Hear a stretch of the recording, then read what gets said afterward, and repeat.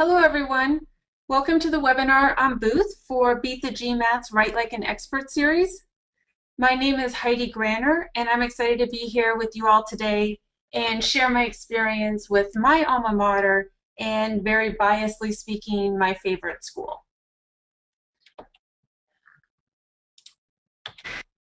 So I approached this presentation by thinking about what would have been most helpful to me when I was in your shoes. I thought I would start with a quick overview of my background and clear admit in order to give context to my comments. We'll then review an overview of Booth in context of the application as a whole. We'll then move into the bulk of the presentation, which is focused on the essay topics. Finally, I'll recommend some additional resources and leave 10 to 15 minutes at the end for your questions. So let's get started. First, to give a little bit of a background on ClearAdmit, we're an educational counseling firm focused exclusively on the MBA programs and applicants. We work with applicants from around the globe to help them put their best foot forward in the MBA admissions process. That's what we do. I thought I would speak a little bit about who we are. One thing that I'm particularly proud about is that we are a thought leader in the industry. A couple of examples here. One is that we've been the only admissions consulting firm invited to actually participate in panel discussions for 6 years at the Business School Officers' annual admissions conference called GMAT that they hold each year. Second, I wanted to call our attention to our blog. It has been widely recognized and is one of the most read blogs in the industry. It is an excellent source for news and analysis that's updated every day on what's going on in the business school applications community. Second, we have a high-powered team with experience in both admissions and business, which I think is critical in the admissions advising role. And then finally, we're the only firm in the industry that operates with a team of full-time employees. And this allows for a critical difference in the quality of service we provide. So that's an overview of ClearAdmit. My professional background has focused on MBA admissions and management consulting. As I mentioned earlier, I'm a proud alumnus from Chicago Booth, and I worked in the Booth Admissions Committee evaluating applications and interviewing candidates. As an alumnus, I developed a passion for working with applicants to find and craft their story to best position themselves when applying to business school, and I've been helping applicants do so since 2008. When I graduated business school, I worked at Boston Consulting Group for 4 years in management consulting, helping Fortune 100 companies optimize their marketing and sales strategies. And then I was also involved heavily with recruiting and interviewed hundreds of MBA students and led a project to define BCG's 5-year global recruiting strategy. Not many people actually do have the background of being both a student and an actual admissions evaluator and reviewer, since very few schools have programs where students actually review and evaluate applications. So I thought I would share a couple of my many surprises from moving from the role of a student who had gone through the admissions process from the outside to someone working with the admissions office kind of on the inside. First, I was genuinely impressed by the thoroughness of the process.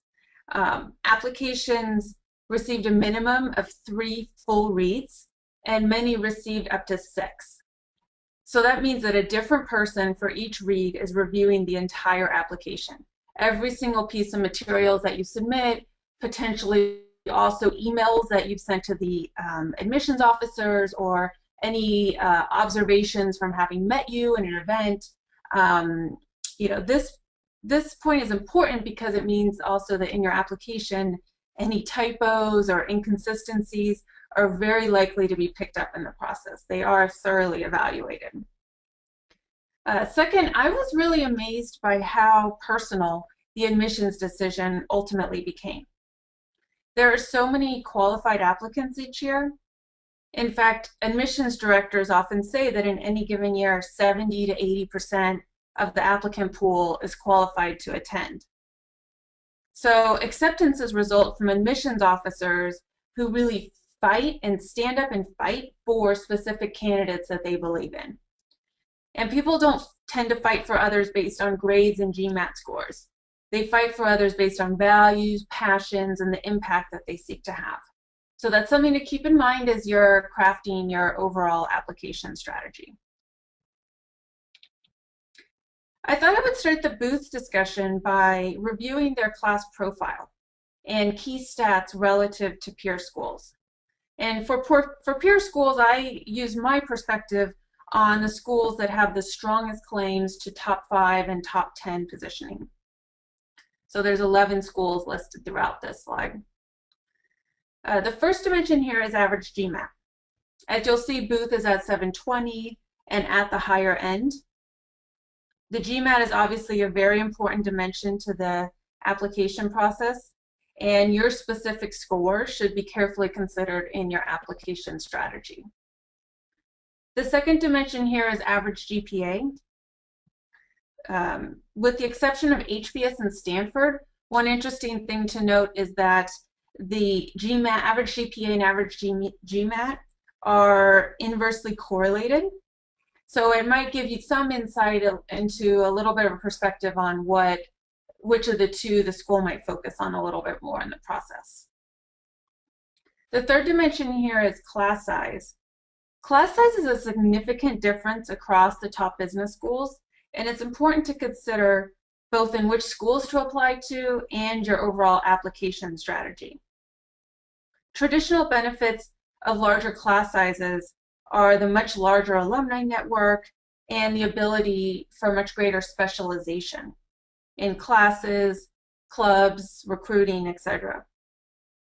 So the smaller class size schools tend to have reputations for having the strongest sense of community and really collegial environments. Class size also has a very big impact on the acceptance rate. So as you'll see here, the acceptance rates do vary quite widely between these 11 schools, and Booth, closely with Kellogg, is at the highest end of the range of acceptance rates. So as I just mentioned, class size is obviously a big determinant in these acceptance rates. If you think about a school's reputation attracting applications, if they ultimately have a third or a half of the seats available, then obviously that's going to directly impact ultimately the acceptance rate. Another thing I find from the applicants I speak to through my role is that there are a fair number of people that only want to live on the East and West Coast in the United States, and so Chicago isn't as an exciting of an option for them. So if you are someone who is more open geographically, I would strongly urge you to consider the Chicago schools in thinking about a set of schools that increase your chances of acceptance. And personally, because I believe Chicago is an awesome city and has a lot to offer as a business school applicant. So next, let's review Booth's evaluation criteria. This is actually publicly listed on their website. It's broken out into 3 common buckets, which you'll see pretty consistent across schools. First, curriculum or academics. Second, community or extracurricular activities. Third, career and career progression. I would say these 3 are fairly evenly weighted in the process. So that does mean that these softer community extracurricular activities do play a very large role and are often the types of activities that, as I mentioned earlier, will get an admissions officer particularly excited about your candidacy. So one thing that is a little more unique about Booth is that they do list the sub-criteria as well. And I think it's important to read through these, look them up again on the website, and think about in your application how you are displaying each one of these, and if there's another point of emphasis that you should make that you haven't yet as you're working through the process. So before we jump into the essays, I wanted to share a few general tips on how to demonstrate a strong fit with Booth in the process. So the first is that Booth takes the academic portion of its MBA program very seriously. The coursework is challenging, and the professors are very committed to students' learning. In addition, the academic reputation of the program is an important dimension of the brand and identity of Booth grads. Booth alums and students often speak about the books written by the faculty. A recent example is Freakonomics. And professors have somewhat of a rock star status on campus. Professor Rajan is an example of someone I took a class from when I was at Booth and has become very prominent. He was recently appointed as the next governor of the Reserve Bank of India, and he's credited with having the very prescient views back in 2005 on the subsequent global economic crisis. That said, I was genuinely most impressed with how approachable and focused on teaching even the most well-known professors were. So members of the University of Chicago community are very proud of this intellectual heritage and have a passion for sharing it with others. When I get together with friends from school, if we're talking about Booth, these types of topics are often what will come up. So therefore, the admissions office takes the academic component of the application very seriously. And they're generally looking for two things here. The first is that you have the ability to perform well in the courses, and that's demonstrated by the GMAT score, particularly the quant section, your previous academic experience, particularly the more quantitatively rigorous courses, and the quantitative difficulty in your work experience. If you feel this dimension is lacking, it should be an important part of your strategy to think about how to strengthen this area of your profile through recommendation letters, retaking the GMAT, part-time courses, etc. The second point here is to think about if you display that you have a genuine interest in academics and learning. Intellectual curiosity, as you saw from the previous slide, is one of the dimensions, and I would argue it's a very important dimension in the process. They'll look at things like, did you take extensive courses outside of your major? Are you someone who enjoys reading philosophy? Do you have any outside interest focused on learning? Think about how to incorporate these into the application. And most importantly, do not leave the impression that you're applying because you want the, quote, Booth stamp on your resume and access to the alumni network and career opportunities. These all leave a bad taste in the mouth of the application reader. The second point here is that Booth is more self-directed than most MBA programs. In keeping with the strong economic liberalism and free market traditions of the school, students have extensive flexibility from day one of the program.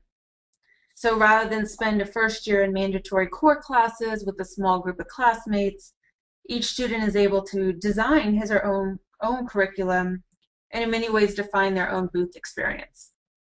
So incorporating this into the admissions decision, it's important for the admissions office to identify students who are able to think and act independently and thoughtfully. You can demonstrate your maturity by ensuring you are preparing high quality, well thought out application materials. Rushing through your materials right before the deadline often leaves the impression of poor judgment. And it definitely does not allow for the deeper levels of reflection that are critical in the process. So in addition, be sure to proofread. Also, think about incorporating your learnings and self-reflections in your essays. Your recommendation writers could also comment on this dimension. The third point is that while Booth is traditionally known for economics and finance and does have a long line of Nobel Prize winning professors to substantiate that reputation, Booth also has strong programs in other areas such as marketing and entrepreneurship. The Kilt Center for Marketing at Booth not only has top faculty and cutting-edge research, but also offers unique marketing fellowships and Kilt scholarships for students interested in marketing.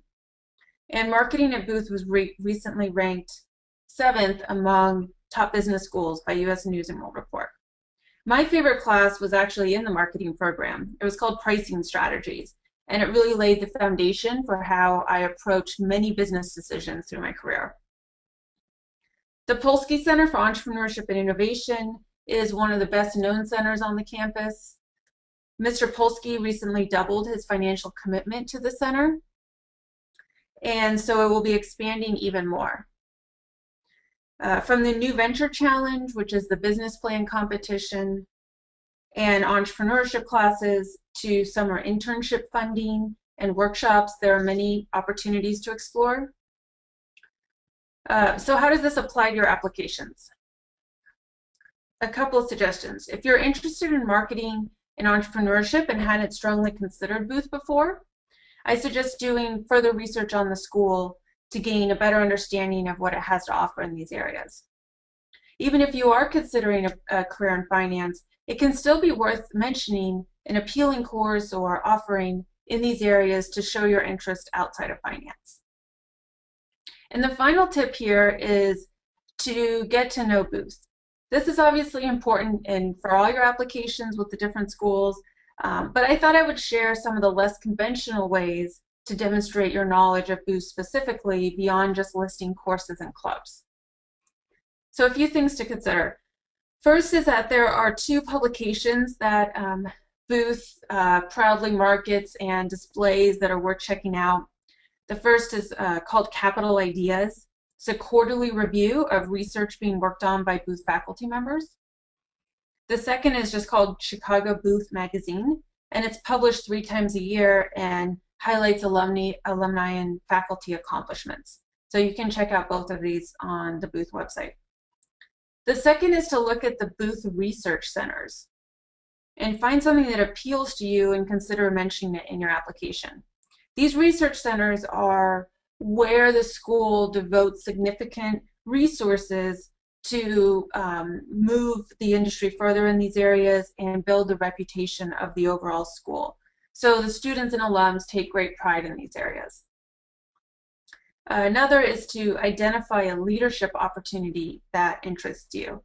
Booth's website is helpful in that they actually have a heading which is leadership opportunities, and so you can click on that and actually see all the different types of programs that you can be involved in a leadership role at Booth.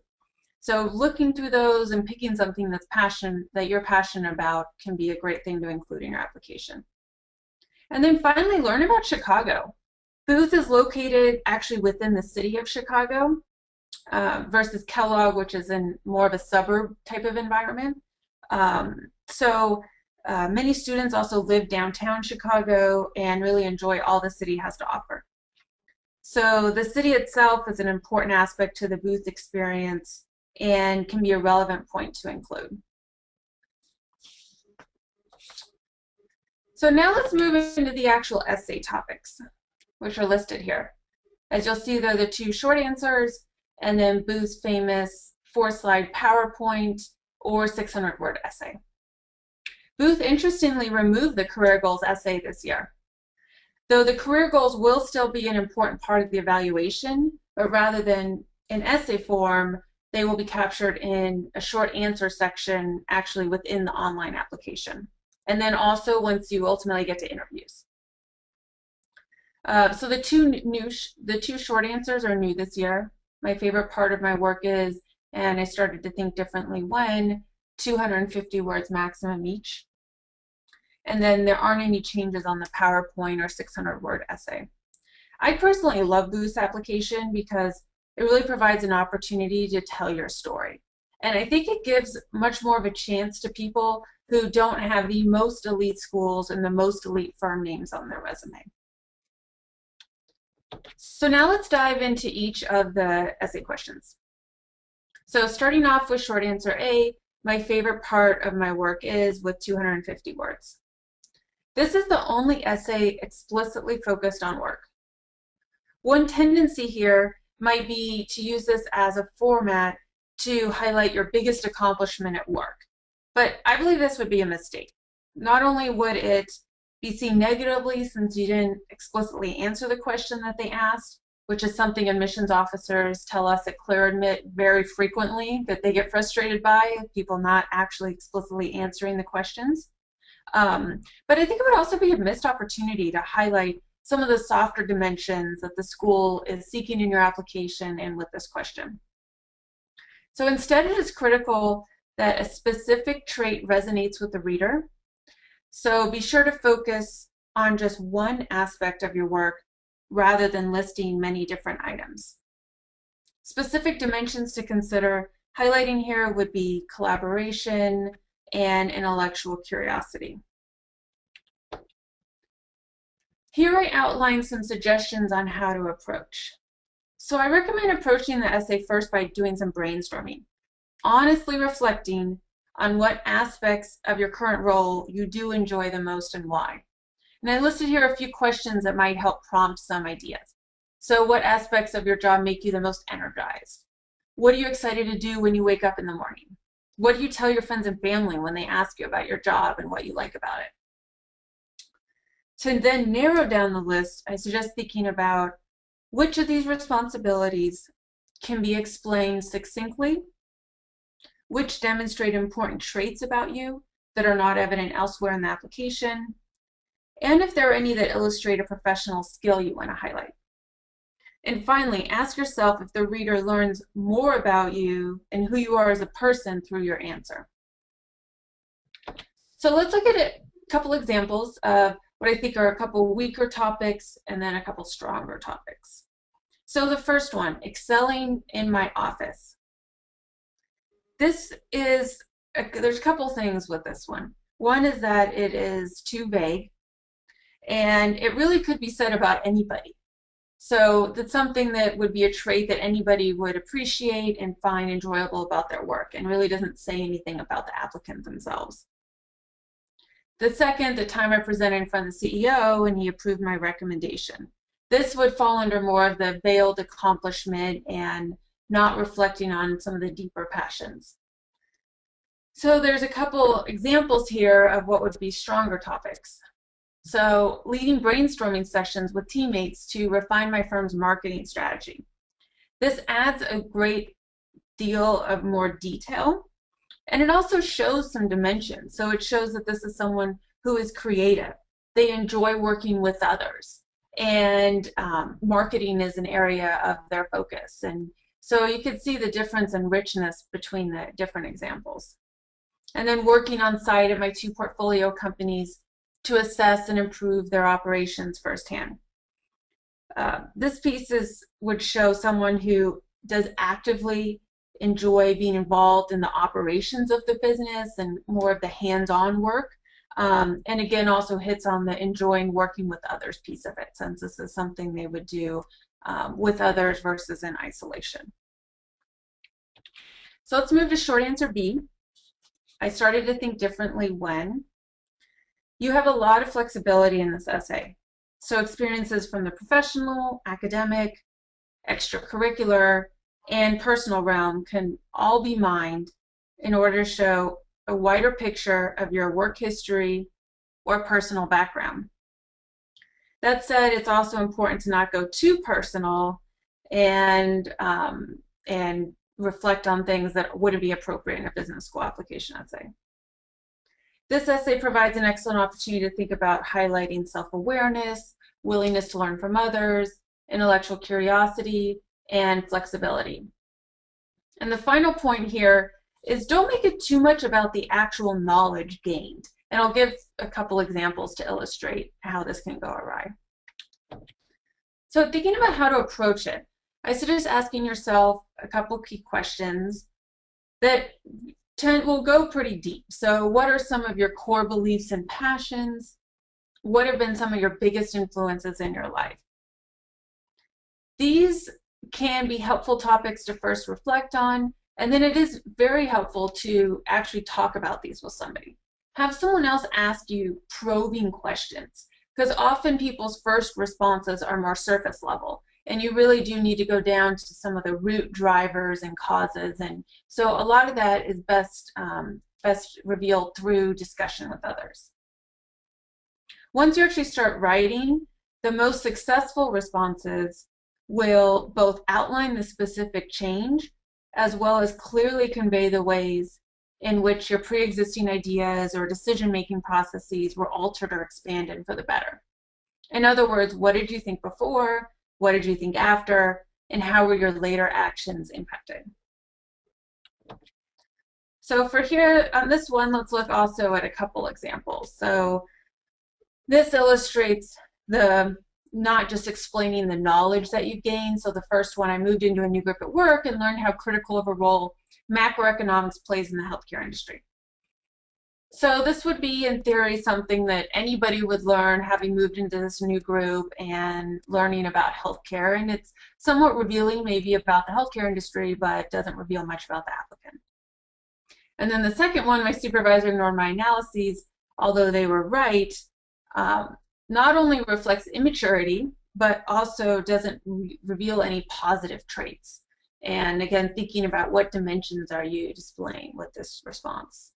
And then here's a couple of examples that really give a lot of breadth to someone's experience and that personality that I was speaking to. So I traveled to Africa on a project and saw the direct impact my efforts could have on someone else's life.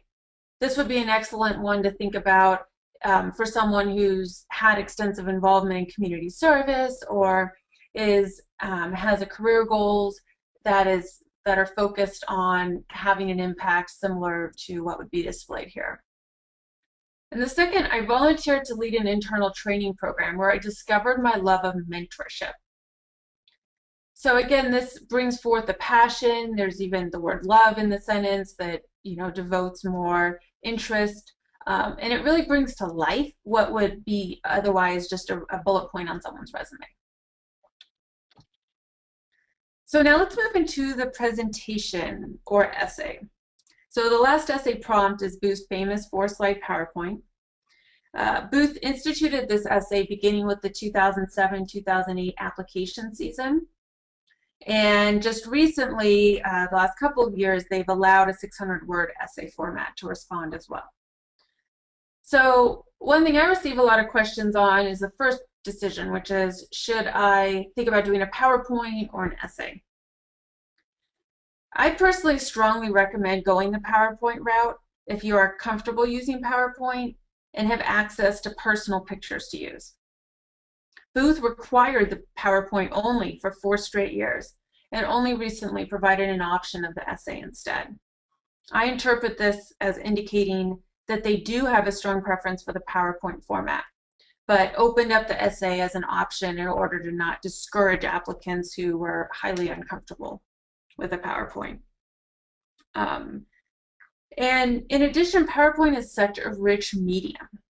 The AdCom can see your face with expressions, and it provides a tremendous amount of freedom to really put your best case forward. That said, for some, a PowerPoint might not be the most convincing avenue, and students absolutely get admitted both ways. So I suggest asking yourself a few questions. What information lends itself to the formats?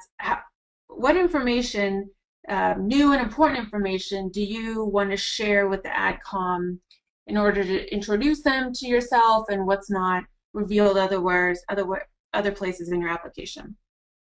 How does that information lend itself to the formats available? Essay versus presentation. And are you more of a visual presenter thinker who will be very comfortable showcasing information in PowerPoint, or is writing more your strength and comfort zone?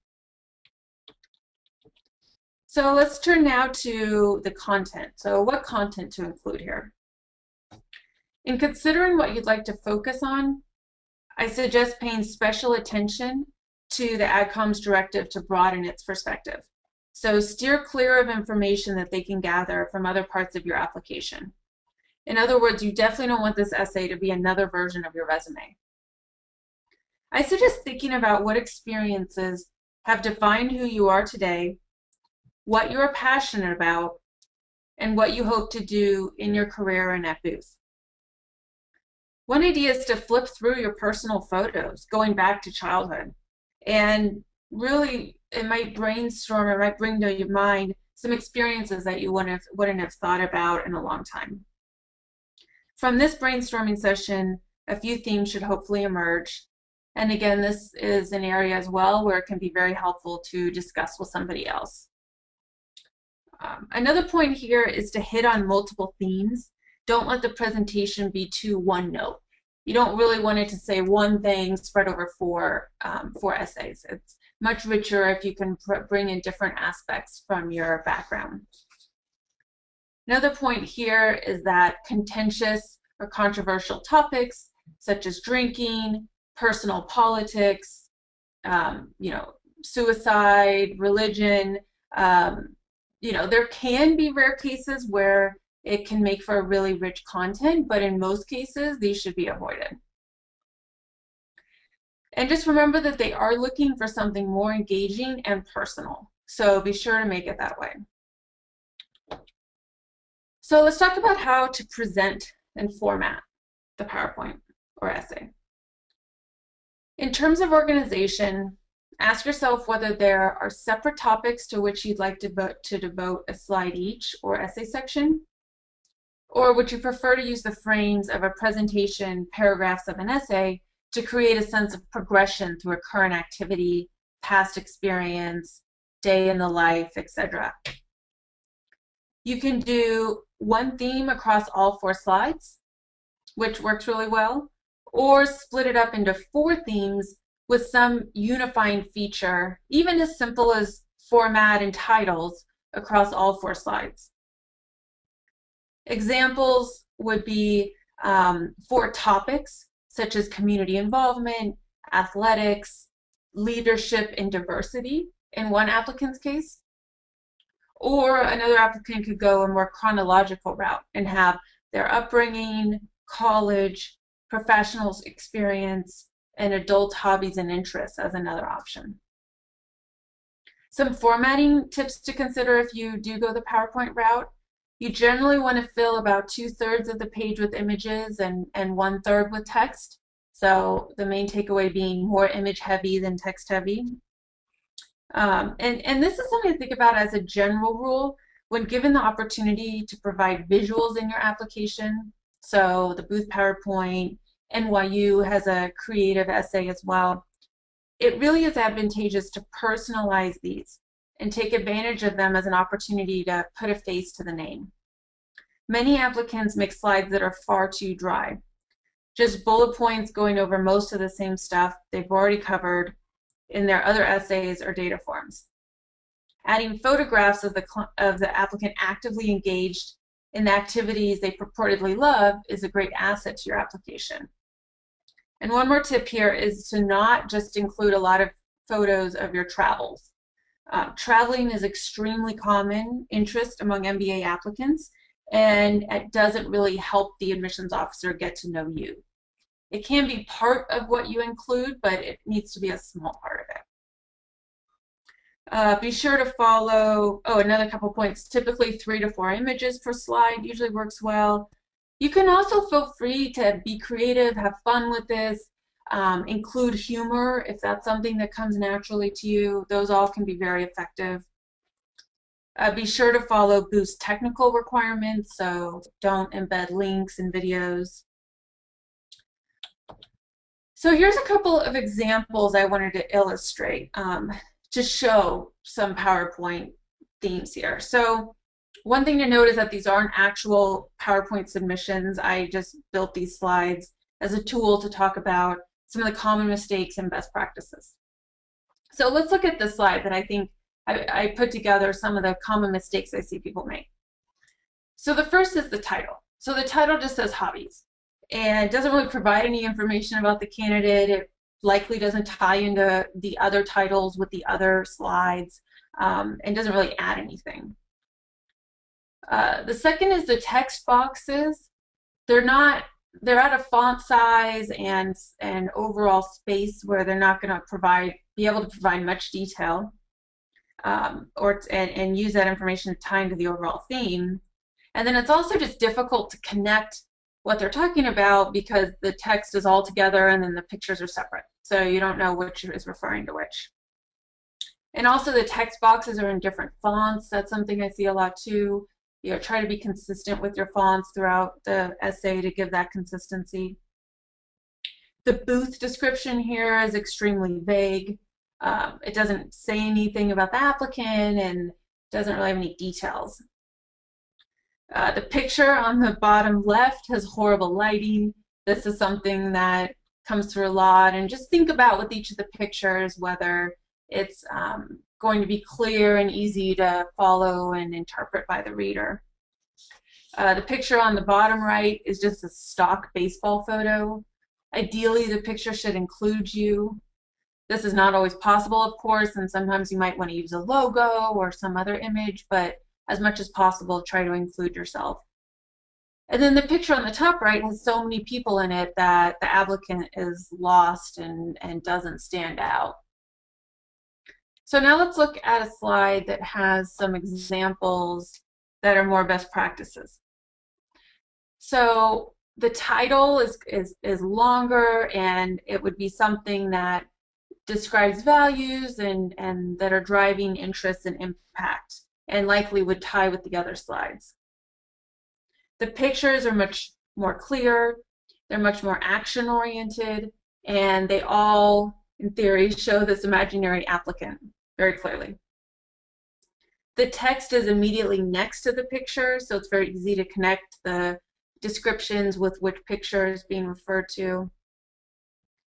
There's more formatting to the page overall. You'll notice there is a line under the title. The pictures have a light shading effect to them, and the text is consistent format, fonts. And then the descriptions are much more detailed. So for example, this picture on the top left, the description could be naming the kid and what the applicant is helping teach them, and then a sentence or two on the value that the tutoring and teaching has had on their education, what they've learned, as an example. So that wraps up the discussion on the booth essay topics. I thought I would share a few additional resources as you're working on your applications. If you're looking for a brainstorming partner or help with other parts of your application, you can email me directly. My email is heidi@clearadmit.com, or you can email info@clearadmit, and we could have a discussion and a free initial assessment of your candidacy. The second are our publications.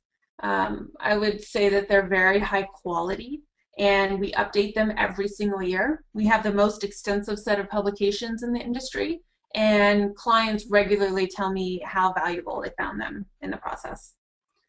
The third is an iPhone app. So it's been getting a lot of press, and people find it very helpful. It's mostly to help organize your applications, organize the deadlines, which pieces of the application you've completed before, and just get a sense for how on track you are. And then finally, I mentioned our blog before. I do recommend checking that out if you haven't already. In addition, our website is very content heavy.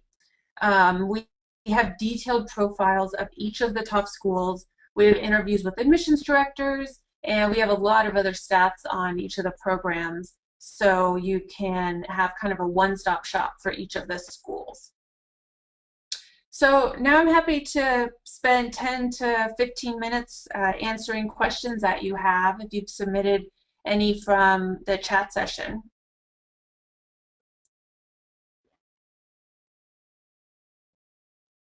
So the first question is that someone asked what I had meant by the GPA and GMAT scores being inversely correlated. So let me flip to that slide. Okay. So, with the exception of Stanford and HBS, you'll see for the most part that the schools in this ranking that have the lowest GMAT also are the schools that have the highest GPA. So Kellogg, for example, has 708 average GMAT and 3.59, so they're one of the lowest or the lowest on the GMAT and one of the highest on the GPA. And then next is Sloan. So Sloan's second lowest, and then one of the highest on the GMAT and one of the highest on the GPA. So that's clarifying that piece. Let me look what some of the other questions are.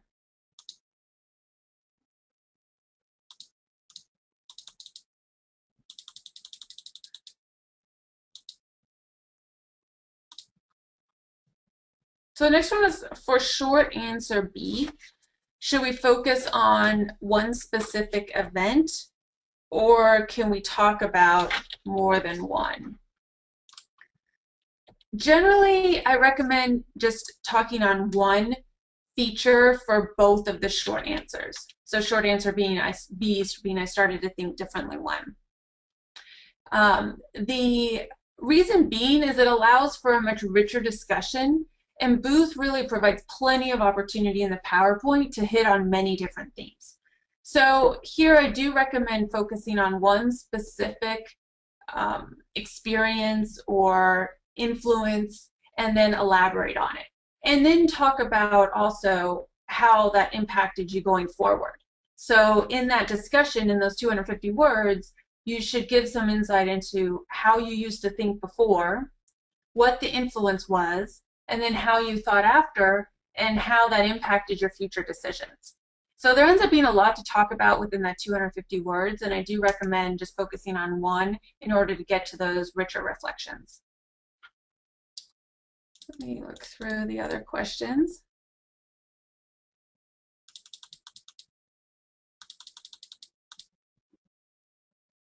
So one was, if you attended the University of Chicago for undergrad, does that help, hurt, or not really affect your chances at Booth?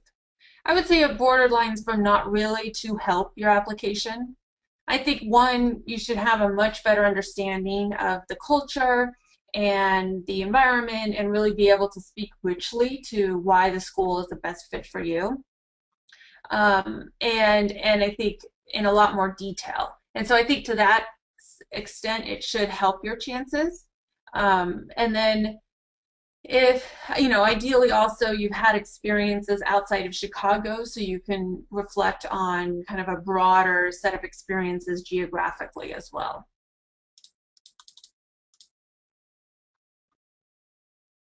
So the next question is, what advice do you have for older applicants to the full-time program at Booth? How important is age to the application process? So Booth's average age of matriculation, so average age when someone starts the program, is 28. I would say anywhere from 26 to 30 is very common. So older applicants then being above that range. Things to think about as an older applicant: one is going to be really showing the school how active you want to be involved on campus. This is a stereotype associated with older applicants, is not as much cohesion with the rest of the class. And so showing that you are looking to have leadership roles, you are looking to be really involved in the social clubs and all those different aspects to the campus that are so important. Another thing to think about is what you bring to the table with those additional years of work experience. So maybe you've had much more management experience, or you've been able to work more deeply in a certain industry that would be valuable to the class for you to bring. Thinking about those types of things and how to bring them out in your application. And then third, why you need the MBA. And this might be something that comes up more in the interview.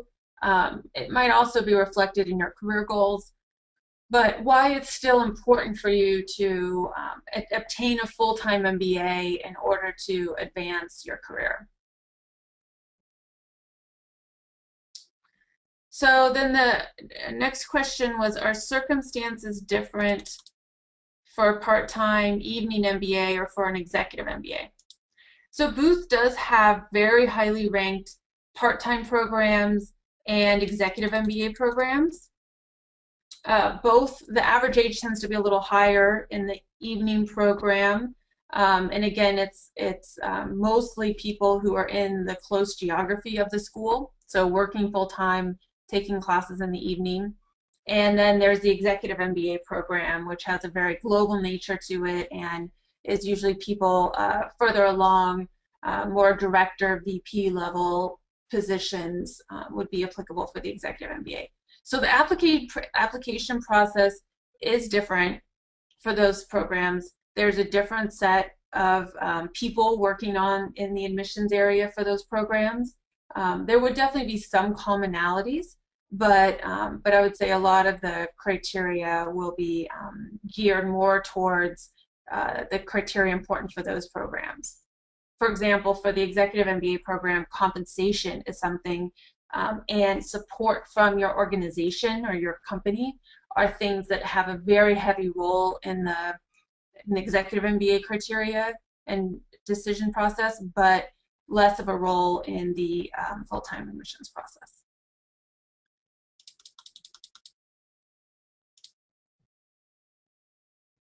So the next question is, for the second essay, I started to think differently when. Is it okay to talk about a recent experience, say something that occurred 1 to 6 months ago? I think that that can work well, provided A, it's not a basic lesson that in theory you ideally would have learned a lot earlier. So for example, I would be cautious about something about learning how to be a better teammate at this point in the application process or in this point in your career. In addition, as long as you can really speak to how it's impacted your decision since. So if there is kind of a tangible impact there to write about, then I think that can work well. But I mean, regarding the when is relevant, these can also go very easily back to things from childhood, or maybe as an adolescent or a young adult are often those experiences that fundamentally shape your core values that could be really valuable to talk about here. So one question is a question that comes up a lot. Is it mandatory to go for a school visit to earn admission into a top business school? So first, absolutely not. It's not mandatory, and people absolutely are accepted into programs that have not done a formal visit. That said, first, if you are in a close proximity to the school, it would be viewed more negatively if you haven't done a class visit. When you go to campus, you would submit, check in at the admissions office, and they have the list of names of who's come to do campus visits, so it is something that they look at, and it is something to think about. So if you're close, you know, with Booth, if you're in Chicago or St. Louis or Cincinnati, you know, there's a higher burden on having done a visit. The interview is another opportunity to come to campus. I generally recommend my clients, whenever possible, do the interview on campus. So that's a way to think about incorporating the campus visit. If you're international, obviously it's much more expensive to come to Chicago to visit the campus in person. That said, there are many international candidates that do come to campus to visit. I had a client who I started working with because he was on the wait list at Booth. And so he went to go do a campus visit and sit in on a class, and he said that 3/4 of the people that were there for the class visit were also people on the wait list and were international applicants that had flown to try to get off the wait list. And so so it's something to know that it does signify your interest in the class, I mean in the school, and that many people do it, but it's absolutely not necessary. And it's just something to think about, maybe talk about with others, and reflect on if it makes sense to make that type of investment. Regarding reapplicants, does the admission office read both applications?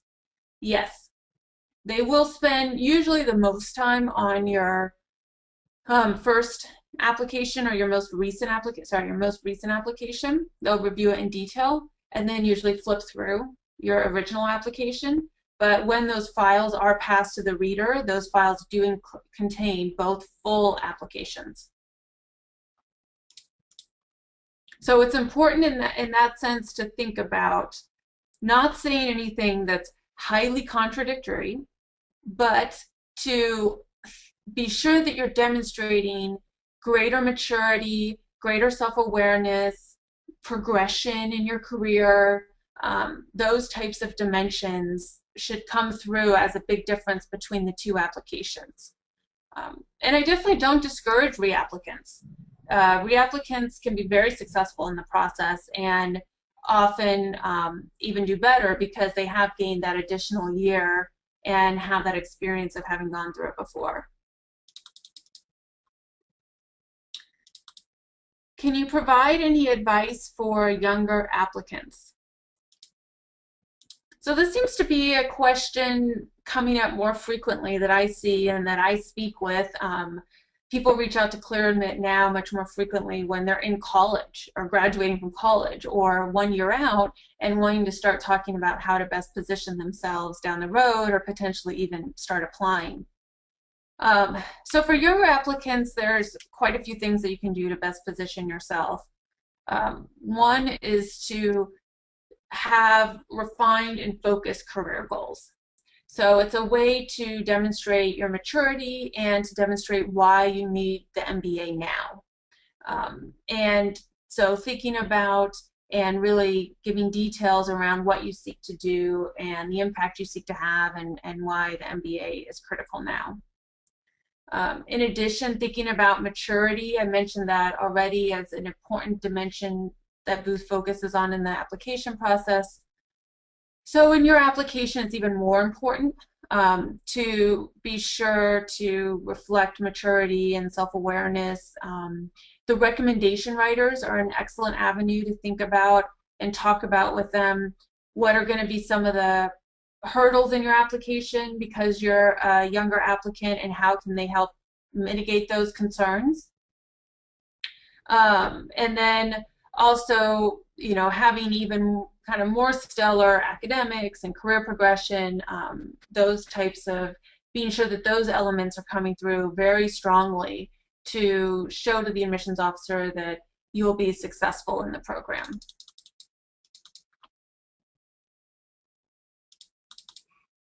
Okay, I think we have time for one more question here. What would you advise on how to conceive of a good story? How to start the thinking process? So this is a great question, and it's something that people often struggle with.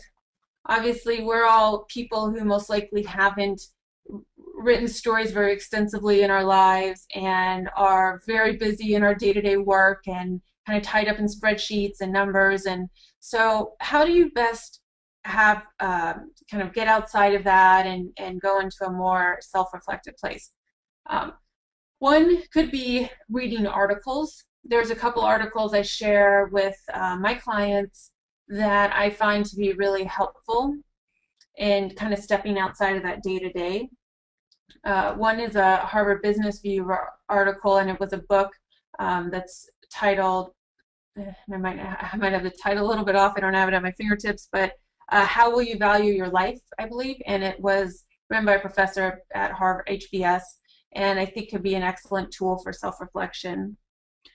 As I mentioned also, thinking about some of those deeper questions and just brainstorming in them yourself, and then having conversations with people close to you and some others who are very familiar with the admissions process to ask those probing questions and try to uproot some of those deeper values.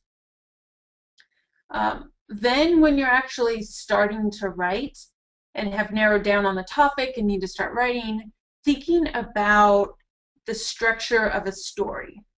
So a story is essentially a sequence of events with a beginning, middle, and an end. And I think the best stories are a few things. They're very detailed. The more detailed you are with the setting, you know, your description of yourself, the conflict, the richer the story will be. The second is that they're very honest. The more honest you are, the more relatable the story becomes. And vulnerability always reads as a strength. It's something that applicants are very hesitant about, including in an application.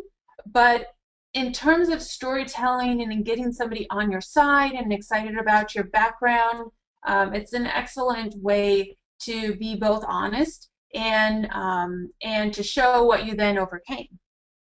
And then the best stories also are very personal. It's important that you have a stake in the outcome as you're thinking about writing the story. What is the stake for you? And really show them and get them engaged in your writing. So those are a few just general tips on kind of telling stories and how to think about stories in your application. Okay, so we're gonna wrap up here. Thank you very much first for joining us. I've enjoyed sharing with you my experiences about Booth, and as I mentioned, here's some additional resources as you're thinking about going to the next step with your applications. And right after this, as we're ending this webinar, I do encourage you to go to the Booth comment wall on Beat the GMAT. There will be a chat party all day, and I'll be on there answering additional questions that we haven't had a chance to get to yet. I suggest you post those there. And then throughout the day, if additional questions come up, please post them there. Good luck to everybody with the application process. I certainly appreciate the amount of time and investment that goes on, and I wish you all the best of luck. Thank you.